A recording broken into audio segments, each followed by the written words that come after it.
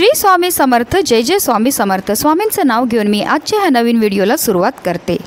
पंचांगानुसार यावर्षी अश्विन महिन्यातील पौर्णिमा 16 ऑक्टोबरला म्हणजेच बुधवारी रात्री 8:40 सुरू होईल, तर ती दुसऱ्या दिवशी म्हणजे 17 ऑक्टोबर रोजी संध्याकाळी 4:56 असणार आहे। त्यानुसार 16 ऑक्टोबर रोजी कोजागिरी पौर्णिमा ही साजरी केली जाईल। अश्विन पौर्णिमा ही कोजागिरी पौर्णिमा किंवा शरद पौर्णिमा म्हणून साजरी केली जाते। यास मांडी पौर्णिमा असेही म्हणतात। ही शरद ऋतूतील अश्विन महिन्यात येते। या दिवशी चंद्र पृथ्वीच्या सर्वात जवळ असतो। ह्या दिवशी करणाऱ्या व्रताला कोजागर व्रत म्हणतात। या दिवशी उपवास करून रात्री लक्ष्मी व ऐरावत रूढ इंद्र यांची पूजा करावी। या पूजेनंतर रात्री चंद्राला आटीव दुधाचा नैवेद्य दाखवायचा असतो। दूध आटून त्यात केशर, पिस्ता, बदाम, चारोळी, वेलदोडे, जायफळ वगैरे गोष्टी घालून तसेच साखर घालून नैवेद्य दाखविला जातो। देव व पितर यांना नारळाचे पाणी व पोहे समर्पण करावे, तसेच ते आप्तेष्टांसह स्वतःही सेवन करावे।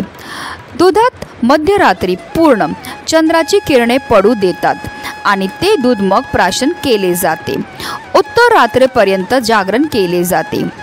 अशी आख्यायिका सांगितली आहे की या दिवशी उत्तरात्री साक्षात माता लक्ष्मी चंद्रमंडळातून पृथ्वीवर उतरते व लक्ष्मी देवी येऊन कोजागरीत असे विचारते, म्हणून या दिवसाला कोजागिरी म्हणतात।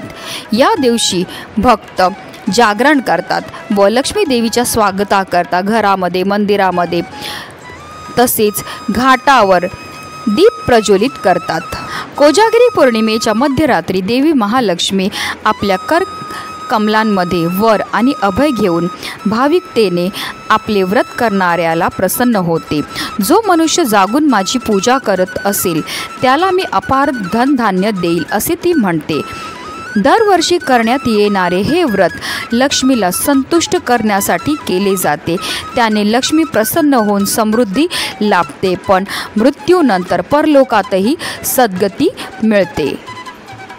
तसेच कोजागिरी पौर्णिमेला धनाची देवी लक्ष्मीचा जन्मदिवस असतो, म्हणून या दिवशी धनप्राप्तीसाठी घरामध्ये सुख समृद्धीसाठी अनेक उपायसुद्धा केले जातात। आणि म्हणूनच आपल्याला कोजागिरी पौर्णिमेच्या दिवशी सकाळीच घरात या झाडाचं एक पान घेऊन यायचं। हे पान आपल्या घरी आणल्यामुळे करोडपती व्हायची इच्छा तर आपली पूर्ण होणारच आहे, पण आपलं 7 पिढ्यांचं दारिद्र्य नष्ट होऊन आपल्या घरामध्ये अखंड लक्ष्मी नांदणार आहे। अतिशय प्रभावी असा हा उपाय आहे, ज्याबद्दल सविस्तर आणि महत्त्वाची अशी माहिती मी तुम्हाला या व्हिडिओमध्ये देणार आहे। तर व्हिडिओ पूर्ण पहा आणि जर तुम्ही माझ्या चॅनलवर नवीन असतील तर चॅनलला सबस्क्राईब करा आणि शेजारी बेल आयकॉनसुद्धा प्रेस करा आणि कमेंटमध्ये श्री स्वामी समर्थ लिहायला अजिबात विसरू नका। कोजागिरी पौर्णिमेच्या दिवशी आपल्याला सकाळी ब्रह्ममुहूर्तावर उठायचं आणि स्नान करायचे। स्नान केल्यानंतर आपल्याला स्वच्छ वस्त्र हे परिधान करायचे आहेत। जर तुम्हाला शक्य असेल तर लाल किंवा पिवळ्या रंगाचे वस्त्र हे परिधान करा। या दिवशी आपल्याला आवर्जून सूर्यदेवाला जल हे अर्पण करायचं आहे। जल अर्पण करताना आपल्याला ओम आदित्याय नमः किंवा ओम सूर्यदेवाय नमः या मंत्राचा जप हा करायचा। तसेच आपल्या मुख्य दरवाजाच्या बाहेर आपल्याला थोडासा पाणी शिंपडून घ्यायचं। मुख्य प्रवेशद्वार जो आहे तो आपल्याला स्वच्छ पुसून घ्यायचा आहे। त्यावर आपल्याला कुंकवाने स्वास्तिक हे काढायचं आहे। तसेच आंब्याच्या पानांचं तोरण लावायचं आहे। उंबरठ्यावर आवर्जून आपल्याला हळदीचं लेपन हे करायचं आहे। तसेच आपला मुख्य प्रवेशद्वाराच्या बाहेर आपल्याला रांगोळीसुद्धा काढायची आहे। आवर्जून आपल्याला लक्ष्मीची पावलंही काढायची आहेत। एका पावलामध्ये आपल्याला हळद आणि एका पावलामध्ये आपल्याला कुंकू हे टाकायचं आहे। अशा रीतीने आपल्याला माता लक्ष्मीच्या स्वागताची तयारीही करायची आहे। त्यानंतर आपल्याला देवघरामध्ये सर्वप्रथम दिवा हा प्रज्वलित करून घ्यायचा आहे। शुद्ध गाईच्या तुपाचा दिवा हा प्रज्वलित करायचा आहे आणि आपल्याला माता लक्ष्मी आणि श्रीहरी विष्णूंची विधिवत पूजाही करून घ्यायची आहे। माता लक्ष्मीला हळद, कुंकू, अक्षदा, धूप, दीप, अगरबत्ती दाखवून घ्यायची आहेत। लाल फुलंही अर्पण करायचे। तशी श्रीहरी विष्णूंना आपल्याला हळद, चंदनाने टिळा हा लावून घ्यायचा आहे। त्यांना पिवळी फुलं, पिवळी फळंही अर्पण करून घ्यायची आहेत। अशा रीतीने आपल्याला विधिवत पूजाही करायची आहे। देवपूजा करून झाल्यानंतर आपण लगेचच हा उपाय जो आहे तो करू शकतात। ह्याकरता आपल्याला तांब्याच्या कळशामध्ये स्वच्छ पिण्याचं पाणी हे भरून घ्यायचं। त्या पाण्यामध्ये आपल्याला 1 चमचाभर गाईचं कच्चं दूध हे टाकायचं आहे। तसेच त्यामध्ये आपल्याला चिमूटभर हळदसुद्धा टाकायची आहे। असं हे जल घेऊन जायचं आपल्याजवळ असणाऱ्या पिंपळ वृक्षाजवळ। पिंपळ वृक्षाजवळ गेल्यावर आपल्याला हे जे जल आपण घेऊन गेलेले ते पिंपळ वृक्षाच्या मुळांना अर्पण करायचं आहे आणि त्यानंतर आपल्याला पिंपळ वृक्षाला 11 प्रदक्षिणा ह्या मारायच्या आहेत।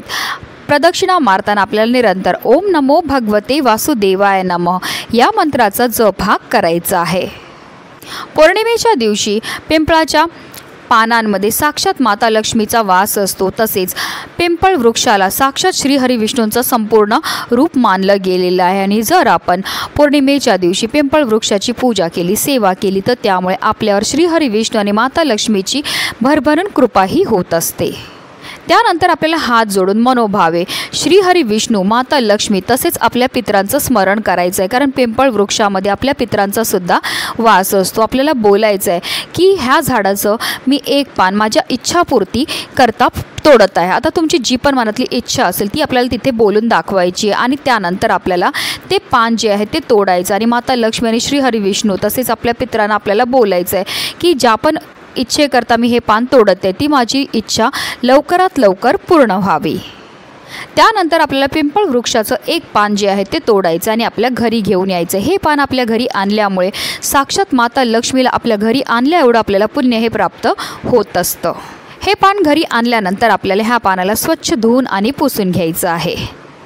त्यानंतर आपल्याला एक प्लेट घ्यायची। प्लेटमध्ये आपल्याला थोडंसं कुंकू, हळद त्याचबरोबर थोडंसं तूप टाकायचं आहे आणि ह्या मिश्रणापासून आपल्याला एक गंध तयार करायचा आहे। त्यानंतर जे पिंपळाचं पान आहे त्यावर आपल्याला पिंपळाच्या झाडाच्या काडीने आपल्या मनातली इच्छा ही लिहायची। जसं की तुम्हाला धनप्राप्तीची इच्छा असेल तर तुम्ही धनप्राप्ती लिहा, तुमची विवाहाची इच्छा असेल तर विवाह लिहा, नोकरीमध्ये प्रमोशन हवे असेल तर प्रमोशन लिहा किंवा इतरही तुमच्या ज्या पण मनातल्या इच्छा असतील त्या अगदी थोडक्यात आपल्याला त्या पिंपळाच्या पानावर लिहायच्या आहेत। आता आपल्याला एक प्लेट घ्यायची आणि त्या प्लेटवर आपल्याला मुठभर तांदूळ हे ठेवायचे। त्या तांदळाला आपल्याला हळद कुंकू अर्पण करून घ्यायचं आहे आणि त्या तांदळावर आपल्याला हे इच्छा लिहिलेलं जे पान आहे ते ठेवायचं आहे आणि ही प्लेट उचलून आपल्याला आपल्या देवघरामध्ये असणाऱ्या माता लक्ष्मी समोर ही प्लेट जी आहे ती ठेवायची आहे।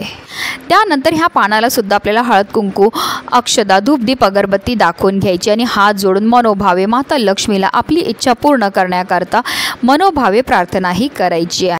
जेव्हा पण आपण उपाय करतो त्याचबरोबर काही सेवा करतो तर त्यामुळे आपल्याला केलेल्या उपायाचं त्वरित फळ हे प्राप्त होत असतं। तर आपल्याला देवघरामध्ये बसायचं आणि आपल्याला 3 वेळा महालक्ष्मी अष्टकमचं पठण करायचं आहे। 3 वेळा महालक्ष्मी अष्टकमचं पठण करून झाल्यानंतर एकदा पुन्हा आपल्याला आपल्या मनातली इच्छा ही माता लक्ष्मीला बोलायची। त्यानंतर संपूर्ण दिवसभर ही प्लेट आपल्याला देवघरामध्येच ठेवायची आहे आणि संध्याकाळी म्हणजे 5 वाजल्यानंतर तुम्हाला ते पान तिकडनं उचलायचं आहे आणि आपल्या घराजवळ असणारं वाहतं पाणी जसं की नदी असेल किंवा समुद्र असेल तिथे जायचं आहे आणि आपल्या मनातली इच्छा बोलून आपल्याला हे पान जे आहे ते वाहत्या पाण्यामध्ये प्रवाहित करायचं। अशा रीतीने आपल्याला हा उपाय जो आहे तो करायचा। आता बरीच लोक सांगतील आमच्याकडे वाहतं पाणी नाही, मग काय करायचं?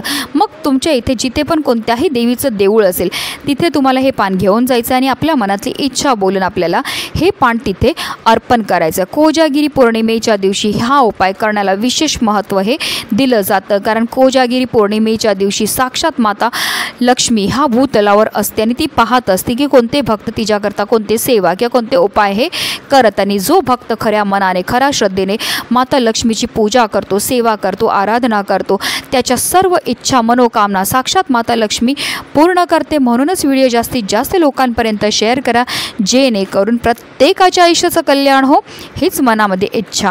श्री स्वामी समर्थ, जय जय स्वामी समर्थ।